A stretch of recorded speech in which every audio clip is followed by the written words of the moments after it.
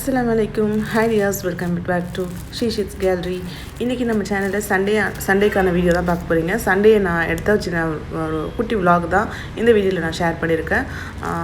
Sunday வந்து எப்பவுமே பார்த்திங்கன்னா எல்லாருக்கும் பிஸியாக நான்வெஜ் அப்படி இப்படின்னு போகும்.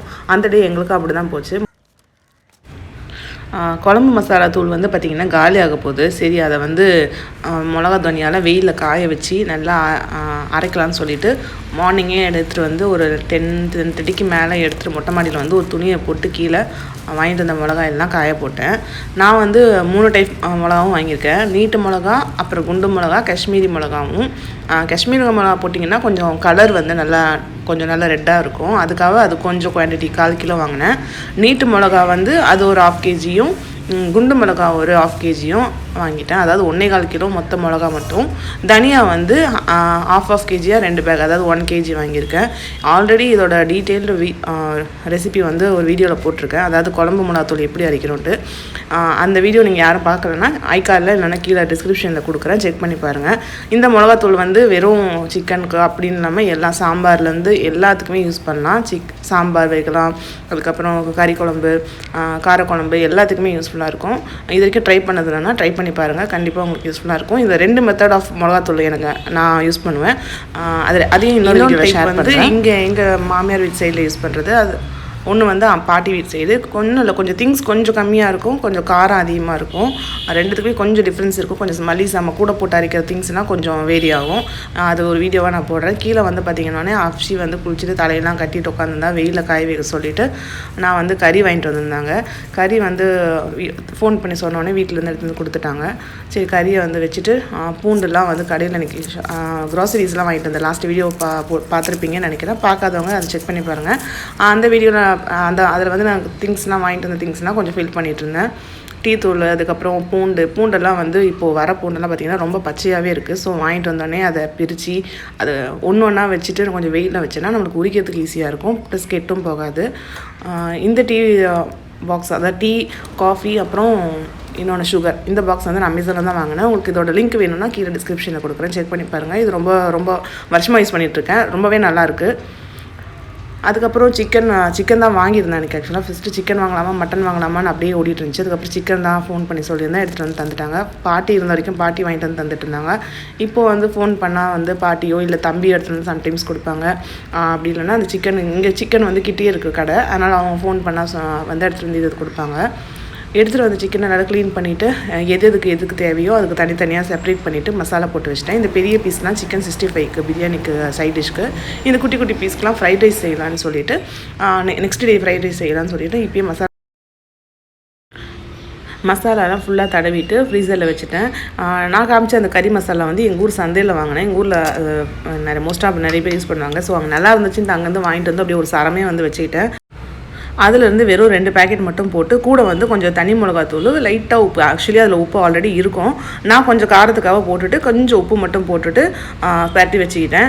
இஞ்சி பூண்டு எக்ஸ்ட்ரா போட்டு ரொம்பவே நல்லாயிருக்கும். அப்படியே ஜஸ்ட்டு சிக்கன் 65 அப்படியே எடுத்து கூட வறுத்துடலாம். எனக்கு கொஞ்சம் காரம் வேணுன்றதுக்காக எக்ஸ்ட்ரா போட்டுக்கிட்டேன். பிரியாணி தான் செய்யலான்னு பிளான் பண்ணிட்டு இருந்தேன். ஆக்சுவலாக தேங்காய் சாதம் செய்யலாமா பிரியாணி செய்யலாமான்னு ஓடிட்டே இருந்துச்சு. அப்புறம் அப்ஷி வந்து பிரியாணி கேட்டால் சரி டக்குன்னு பிரியாணி செஞ்சுருவோம்னு சொல்லிட்டு கொஞ்சம் அரிசி அதெல்லாம் வாங்கிட்டு வந்து ஆல்ரெடி கொஞ்சம் இருந்துச்சு. சரி, கொஞ்சம் கூட அரிசி வாங்கி போட்டு டக்குன்னு பிரியாணி தாளிப்போம்னு சொல்லி தாளிச்சிட்ருக்கிறேன். இதோட இந்த பிரியாணியை டீட்டெயிலாக எப்படி செய்யணுன்றதை செப்பரேட்டாக ஒரு வீடியோ போடுறேன். இதை ஒரு 1/2 kg கிட்டத்தட்ட நான் செய்கிறேன். ஒரு 1/2 kg கறிக்கு ஒரு 1/2 kg ரைஸ் போட்டு செஞ்சுருந்தேன். மதியானம் நைட்டு 2த்துக்குமே சேர்த்து வந்துச்சு. பிரியாணின்னா பார்த்திங்கன்னா எனக்கும் என் பசங்களுக்கும் ரொம்ப பிடிக்கும். யாருக்கு தாங்க பிரியாணினா பிடிக்காது. இந்த மெத்தடில் நீங்களும் ட்ரை பண்ணி பாருங்கள். நான் இன்ஷால்லா நெக்ஸ்ட் வீடியோவில் நான் அப்லோட் பண்ண ட்ரை பண்ணுறேன். ஒரு 1/2 kgக்கான பிரியாணி எப்படி செய்யணும்னு சொல்லிட்டு.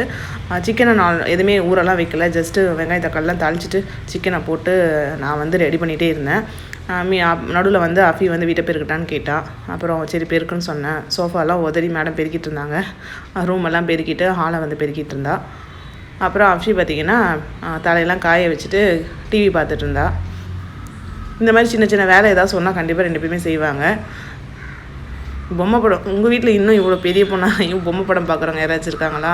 பாருங்கள் எப்படி மெய் மருந்து பொம்மை படம் பார்த்து சிரிச்சிட்ருக்கேன். அந்த பொம்மை படம் பார்த்துட்டு இருந்தா நம்ம கூப்பிட்றது கூட காதில் விழாது. அப்ஷிக்கு அவ்வளோ ஒரு உன்னிப்பாக பார்த்துட்டு சந்தோஷமாக சிரிச்சிட்டு பார்த்துட்டு இருப்பாங்க. நான் அப்புறம் பிரியாணி தாளிச்சிட்டு ஒரு பக்கம் பார்த்திங்கன்னா முட்டையை வேக வச்சுட்டேன் சைட் டிஷ்க்கு.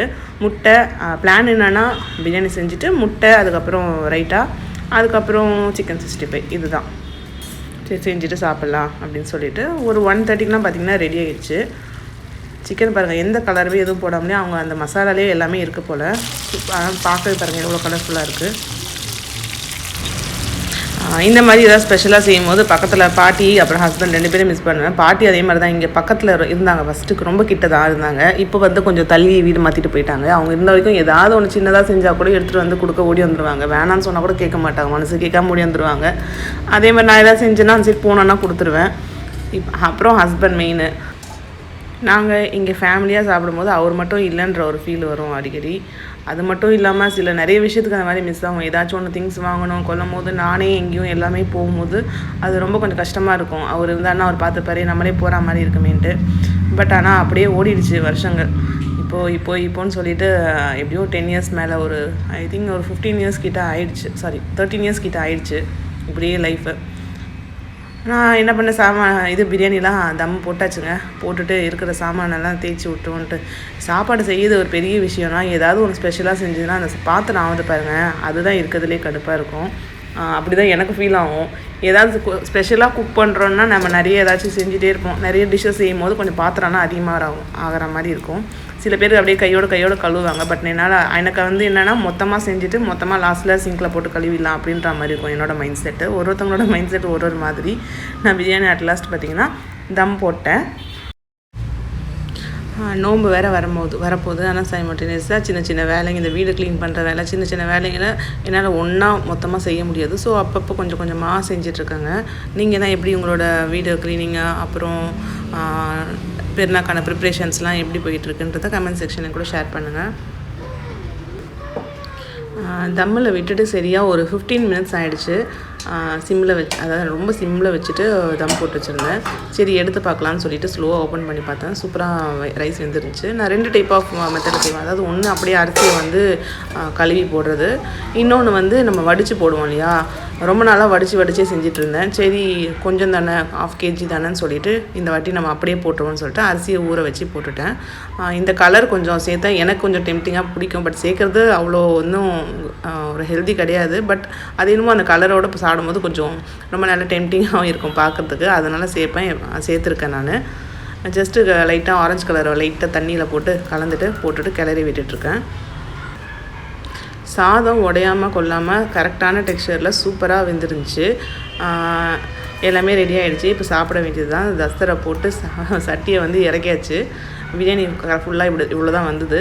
நான் எப்போவுமே பிரியாணி செஞ்சாலும் சரி, ஏதாவது கொஞ்சம் ரைஸ் கொஞ்சம் நல்ல டிஃப்ரெண்ட்டாக வெரைட்டி ரைஸ் செஞ்சால் மோஸ்ட்டாக நைட்டுக்கும் சேர்த்து செஞ்சுருவேன். பெருசாக வேலை இருக்காது. இப்போ நான் கரிசாலாம் வச்சுருந்தேன்னா நைட்டுக்கு சப்பாத்தி அந்த மாதிரி செய்கிற பிளான் இருந்திருக்கும். பிரியாணின்றனால சேர்த்தே செஞ்சாச்சு. இதை வந்து இப்போ நான் ஹாட் பாக்ஸில் கொஞ்சம் எடுத்து வச்சுருவேன். எடுத்துகிற சாதத்தை ஹாட் பாக்ஸில் சூடாகவே இருக்கும். ஸோ ஃபஸ்ட்டு சூடாக இருக்கிற சாப்பாடை ஹாட் பாக்ஸில் போட்டு தனியாக எடுத்து வச்சுருவேன் நைட்டுக்காக. கூட வந்து பார்த்திங்கன்னா அந்த முட்டை இதெல்லாம் வந்து மோஸ்ட்டாக மதியானமே காலி ஆகிடும். ரைட்டாக மட்டும் இருக்கும். வேணும்னா கூட ரைட்டாக மட்டும் செஞ்சுக்கலாம். இதுதான் எங்களோட லஞ்சு. பார்க்கவே பாருங்கள் எவ்வளோ கலர்ஃபுல்லாக டெம்டிங்காக இருந்துச்சு. டேஸ்ட்டும் சூப்பராக இருந்துச்சுங்க. ரொம்ப நாள் கழித்து செஞ்சது வேறு வீட்டில். லாஸ்ட்டாக வந்து கடையில் வாங்கி சாப்பிட்டோம் எங்கேயோ வெளியில் போயிட்டு வரும்போது. ரொம்பவே நல்லா இருந்துச்சு. வீட்டில் சாப்பிடும்போது இன்னும் கொஞ்சம் சாட்டிஸ்ஃபைடாக நிறையவும் சாப்பிட்லாம். இந்த வீடியோ வந்து நெக்ஸ்ட் வீடியோவில் அப்லோட் பண்ணுறேன். ட்ரை பண்ணி பார்த்துட்டு உங்களோட இதுவும் சொல்லுங்கள், ஃபீட்பேக். மோஸ்ட்டாக சாட்டர்டே நைட்டு இல்லைனா சண்டே பார்த்திங்கன்னா ஏதாவது ஒரு மூவி பார்த்துட்டு பார்ப்போம் ஃபேமிலியாக சேர்ந்துட்டு.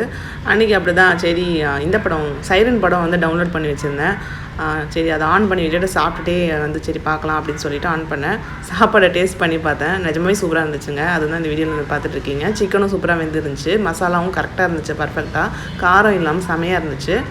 சைரன் படம் பார்த்தோம். அது பார்க்க ஆரம்பித்தோம். பார்த்திங்கன்னா சாப்பிட்டு முடித்தோடனே எடுத்து வச்சிட்டேன். சாப்பிட்டோடனே உண்ட மயக்கம் வந்துச்சு. போய் சாப்பிட்டுட்டு கொஞ்ச நேரம் படுத்துட்டு அப்புறம் ஏஞ்சோடனே காய வச்சிருந்த மிளகாலாம் எடுத்துகிட்டு வந்து ஈவினிங் நைட்டும் பார்த்திங்கன்னா அதே டின்னர் தான். எங்களுக்கு அந்த சண்டே அப்படி தான். உங்களுக்கு எப்படி போச்சுன்ட்டு என் கூட கமெண்ட் செக்ஷனில் ஷேர் பண்ணுங்கள். தொடர்ந்து நம்ம சேனலுக்கு சப்போர்ட் பண்ணுங்கள். வீடியோ பிடிச்சிருந்துச்சின்னா ஒரு குட்டி லைக் பண்ணிவிட்டு மற்ற வீடியோஸும் பார்த்து தொடர்ந்து சப்போர்ட் பண்ணுங்கள். உங்களோட ஃபீட்பேக்கை என் கூட கமெண்ட் செக்ஷனில் ஷேர் பண்ணுங்கள். Until then, it's bye from Shifa. Bye, take care. Assalamu alaikum.